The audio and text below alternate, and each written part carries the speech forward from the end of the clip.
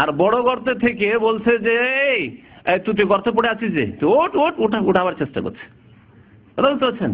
ছোট গর্ত থেকে উঠাবার চেষ্টা করছে। এখন ছোট গর্ত থেকে যদি বড় গর্তে পড়ে আছে যেই লোক, সে যদি ছোট গর্তের লোককে উঠায়, তাহলে উঠিয়ে কি করবে? বাঁচাবে না টেনে নিয়ে আছাড় খেয়ে আরো ডুবাবে ওকে বড় গর্তে ডুবাবে। এই হচ্ছে অবস্থা। মওদুদী সাহেবের অনেক ভুলের সাথে সাথে কমপক্ষে একটি হক কথা, বহু হক কথাই আছে, অস্বীকার করার নেই, হককে হক বলে স্বীকার করতে হবে তার কথাই। তার মধ্যে একটি হক কথা যা তিনি বলেছেন যে ইসলামে তাসাউফ নেই, অস্বীকার করেছেন। আর এর জন্য চরমনাইদের সবচেয়ে বড় ঝাল হচ্ছে মওদুদীর ওপর আর জামাত ইসলামীদের ওপর। আর এই ঝালের কারণে তাদেরকে ইসলামে রাখতেই চায়নি। যে কোনো মজলিসে চরমনাইরা বা দেওবন্দিরা কি বলে? কাফের বলে, পাইকারি হারে কাফের বলে। জামাত ইসলামী করলে কাফের হয়ে যাবে। মওদুদী মতবাদ হচ্ছে কুফরি মতবাদ এবং তারা কাফের, মুসলমানই নয়। অথচ তারাও মুসলমান, তাদের ভুল ভ্রান্তি হয়েছে, কিছু বিদাতে পন্থা নিয়েছে। আর তার চাইতে বড় বিদাতি তোমরা, যাদের কিতাবে শিরক কুফরিতে ভরা রয়েছে। আমি কুফরির ফতোয়া দিচ্ছি না, শিরক কুফরিতে ভরা রয়েছে, কিন্তু তাদের চাইতে তোমার বড় বিদাতি। বুঝতে পেরেছেন বইটা? এখন আসে না? তো কারি তৈয়ব সাহেব অনেকে যারা মাদ্রাসার সাথে সম্পর্কিত তারা চেনে। কারি তৈয়ব সাহেব আজকে থেকে প্রায় 20-25 বছর আগে বা তারও বেশি, 30 বছর, দীর্ঘদিন সে দারুল উলুম দেওবন্দের মুহতামিম সেক্রেটারি থেকেছেন। তো এই কারি তৈয়ব সাহেব তার ব্যক্তি জীবনের দোষ ত্রুটি তুলে ধরবো না আমি, আগে আমার ফর্মুলা হচ্ছে তাই যে ব্যক্তি জীবনের দোষ ত্রুটি যেন উম্মতের কোনো ক্ষতি হবে না তা তুলে ধরবো না, সে কি করেছে। আর যার কারণে দেওবন্দ ভেঙে 2 দেওবন্দ হয়েছে, এখন আমাদের এই মতিউর রহমান 3 দেওবন্দ হয়েছে না, 3 দেওবন্দ হয়েছে। এক দেওবন্দ, সেই দেওবন্দ মাদ্রাসা ভেঙে আর ভাঙার সময় গোলা বারুদ নিয়ে লড়াই, যেটা ঢাকা ইউনিভার্সিটিতে মনে হয়নি। গোলা বারুদ নিয়ে লড়াই, আলেম ছাত্র করে 3 ভাগে বিভক্ত করেছে এই কারি তৈয়ব সাহেবের জামানায়। তো কারি তৈয়ব সাহেব ইসলামের ব্যাখ্যা কি করেছে তা শোনেন, যা এই চরমনাই করেছে। কি বললো? ইলমে দিন 2 প্রকার, ইলমে শরীয়ত ও ইলমে মারিফাত বা ইলমে বাতিন। আমি আপনাদেরকে বললাম যে কোরআনের একটি আয়াত নিয়ে আসেন অথবা একটি হাদিস নিয়ে আসেন যাতে এলএমকে, ইসলামের এলএমকে ভাগ করা হয়েছে, যে কিছু জাহিরি কথা আছে সবাই জানে, আর কিছু বাতিনি কথা আছে কেউ জানে, খাস লোক জানে।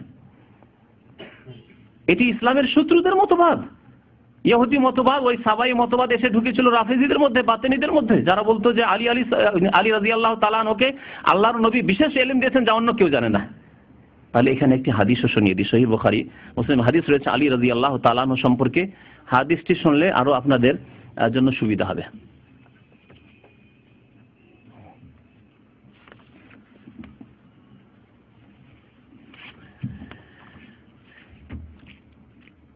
আলী রাদিয়াল্লাহু তাআলা আনহুর এক ছাত্র, তার নাম হচ্ছে আবু জুহাইফা, হাদিস বুখারীর হাদিস। বলছেন সাআলতু আলিয়ান, আমি আলী রাদিয়াল্লাহু তাআলা আনহুকে জিজ্ঞাসা করলাম, হাল ইনদাকুম শাইউন মিম্মা লাইসা ফিল কোরআন, আপনার কাছে কি এমন কোন বিদ্যা আছে, এলিম আছে যা কোরআনে নেই? ওয়াকালা ইবনে ওয়াইনা, সুফিয়ান বিন ওয়াইনা তার হাদিসে বর্ণনা করেছেন যে মা লাইসা ইনদান নাস, যা অন্য লোকদের কাছে নেই। এমন কোন বিদ্যা, খাস বিদ্যা আপনাকে, এলেম আপনাকে আল্লাহর নবী দিয়েছেন যা মা লাইসা ইনদান নাস, অন্য লোকেরা জানে না। আবু বকর জানে না, উমর জানে না, উসমান জানে না, আবু হুরায়রা জানে না, আব্দুল্লাহ বিন উমর জানে না, হ্যাঁ, মা আয়েশা জানে না, অন্যরা জানে না, আর শুধু আলী আপনি জানেন, এরকম কোন এলিম আছে? কে জিজ্ঞাসা করলেন? আলী রাদিয়াল্লাহু তাআলা ছাত্র আবু জুহাইফা জিজ্ঞাসা করলেন। দেখেন আলী রাদিয়াল্লাহু তাআলা আনহু খলিফায়ে রাশিদ কত সুন্দর জবাব দিচ্ছেন। ফাকালা, বলেন, ওয়াল্লাযী ফালাকাল হাব্বা, সে আল্লাহর কসম করে বলছি, শপথ করে বলছি, যিনি দানাকে কি করে থাকেন, হ্যাঁ, ফাটিয়ে থাকেন, মানে দানা মাটিতে পড়লে যিনি দানা থেকে অঙ্গুর গজিয়ে ওঠান, তাতে থেকে গাছ জন্মায়, জি।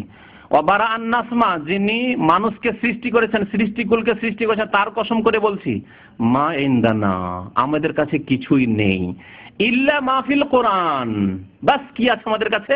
যা কোরআনে আছে। ইল্লা মাহফিল, যা কোরআনে আছে তাই আমার কাছে আছে। ইল্লা ফাহমান, তবে আল্লাহ পাক জ্ঞান দিয়েছেন মানুষকে, কাউকে বেশি জ্ঞান দিয়েছেন, কাউকে কম দিয়েছেন। ইউতা রাজুলুন ফি কিতাবিহি, আল্লাহর কিতাব সম্পর্কে, কোরআনের তাফসীর সম্পর্কে যাকে যতটুকু আল্লাহ জ্ঞান দিয়েছেন, আমাকে যতটুকু জ্ঞান দিয়েছেন ওইটুকু জ্ঞান আছে, সবাই সমান না। ওমা ফিস সাহিফা, তিনি কি দাবি করলেন যে আমি বুঝি আর অন্যরা বুঝে না? নবী করিম সাল্লাল্লাহু আলাইহি ওয়াসাল্লাম বলেছেন বিশেষ বিশেষ গুণ কিছু সাহাবা সম্পর্কে। যায়েদ ইবনে সাবিত রাদিয়াল্লাহু তাআলা কোরআন লিখতেন তিনি, তাহলে কোরআনের আয়াত সম্পর্কে তার যথেষ্ট জ্ঞান ছিল।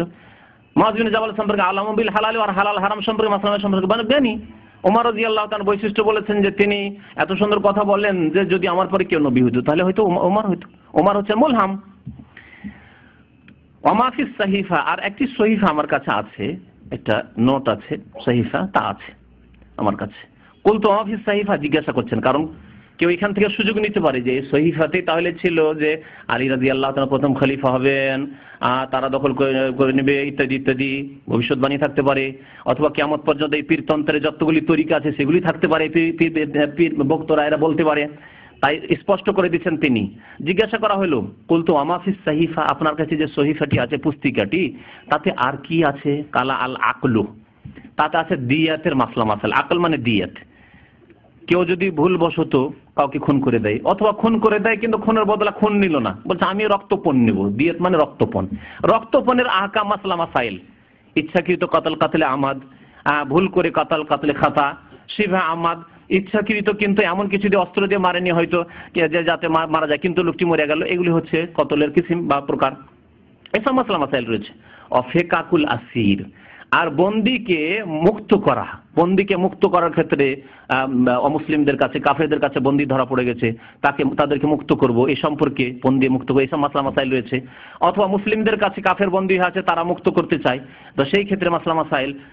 আর একটি মাসলা আছে তাতে, আল্লাহ ইউকতালা মুসলিমুন বিকাফিরিন, কোন মুসলিমকে কোন কাফেরের বিনিময়ে হত্যা করা যাবে না। একজন মুসলিম কোন কাফেরকে খুন করে দিয়েছে, জুলুম করেছে, কিন্তু তার কারণে একজন মুসলিম কালেমা লা ইলাহা ইল্লাল্লাহ পড়া মানুষ, নামাজি মানুষকে কাফেরের বিনিময়ে বদলে হত্যা করা, কিসাস নেওয়া যাবে না, রক্তপণ দিয়ে বিদায় করে দিতে হবে, তাকে দিয়াত দিতে হবে, তাকে ক্ষতিপূরণ দিতে হবে, কিন্তু জানের বদল জান না এখানে। কারণ একজন মুমিন আর যাকে সে কতল করেছে কাফের, তার রক্তের মূল্য মুমিনের রক্তের মূল্য সমান নয়। নবী করিম সাল্লাল্লাহু আলাইহি সাল্লাম এই কথা বলেছেন, যা লিখে রেখেছিলেন এই সাহিফাতে।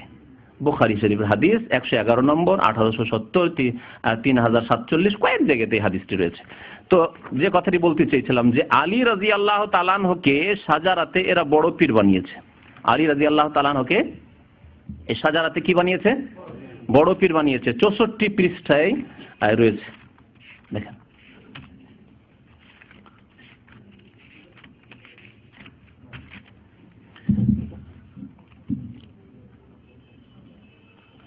বলছেন যে আমার পীর ইসহাক সাহেব বলছেন, আমার পীর হযরত মাওলানা কারি ইব্রাহিম সাহেব, তাহার পীর কুতুবে আলম হযরত রশিদ আহমদ গঙ্গোই সাহেব, তাহার পীর হাজী আমদাদুল্লাহ মুহাজির মক্কি সাহেব, তাহার পীর মিয়াজি নূর মোহাম্মদ ঝঞ্ঝাবি সাহেব, এই করতে করতে আগে গিয়ে বলছেন যে তাহার পীর আলাউদ্দিন সাবের। সামনের দিয়ে গিয়ে একজন পীর আছে, তার নাম কি? আলাউদ্দিন সাবের। ওই সাবেরের নামে হচ্ছে এই তরিকার নাম হচ্ছে চিশতিয়া সাবেরিয়া। সাবেরিটা পেলেন তাহলে যে সাবেরিয়া নাম কেন? আচ্ছা আচ্ছা, তারপরে একটু আগে গিয়ে বলছে তাহার পীর শেখ ফরিদউদ্দিন মাসউদ শাকারগঞ্জি, সব ভারতের, এই ভারতীয় ইসলাম। তাহার পীর খাজা উসমান হারুনি, তাহার পীর খাজা শরীফ জিন্দানি, তাহার পীর খাজা কুতুব উদ্দিন মওদুদ চিশতি, মানে খাজা তাহার পীর খাজা নাসির উদ্দিন আবু ইউসুফ চিশতি, সব চিশতি। ওই যে চিশতি এলো, তারপরে তারপরে তারপরে গিয়ে বলছে তাহার পীর ইমাম হাসান বাসরি। কোথায় পৌঁছিল এসে?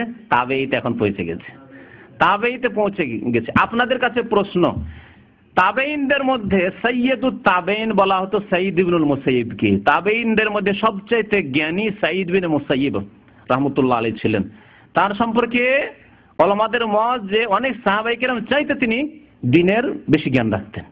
জি, এত কাছাকাছি বড় তাবেইনদের মধ্যেকার তিনি একজন। তার নাম কেন নেওয়া হইল না? হাসান বাসরির নাম। আচ্ছা, তারপরে শুনেন, তাহার পীর হযরত আলী রাদিয়াল্লাহু আনহু। হাসান বাসরির পীর আলী রাদিয়াল্লাহু তাআলা আনহুকে পীর বানিয়ে দিল। আলীকে কেন বানানো হলো আপনাদের কাছে প্রশ্ন? উসমানকে কেন হইল না? ওমরকে কেন বানানো হলো না? অথচ ওমরের কাছে আল্লাহ বলছেন মুলহামুন, তাকে ইলহাম হয়, যা বলে শরীয়ত কোরআন ওর মোতাবেক নাজিল হয়ে যায়। আল্লাহ পর্দা নাজিল করো, পর্দা নাজিল করে, এই দোয়া করছেন, নাজিল হয়ে গেল, পর্দার হুকুম নাজিল হয়ে গেল। বদরের বন্দীদেরকে 70 জনকে জবাই করতে হবে, ছাড়তে হবে না। তিনি বলছেন, আল্লাহ বলছেন ঠিক বলেছিল ওমর, লাউলা কিতাব, তুমি ছাড়লে কেন? আল্লাহ নবীকে হালকা একটু শাসন করছেন যে ছাড়তে হইতো না, কেন ছাড়লে তুমি? ছাড়তে হইতো না। কিন্তু আমি যেহেতু তোমাদের আগে গুনাহ মাফ করে দিই সেই জন্য, না হলে তোমাদেরকে ধরতাম। আল্লাহ বলছে লাউলা কিতাবুম মিনাল্লাহি সাবাকা লামাসসাকুম ফীমা আখাযতুম আলাইহি আযাবুন আযীম।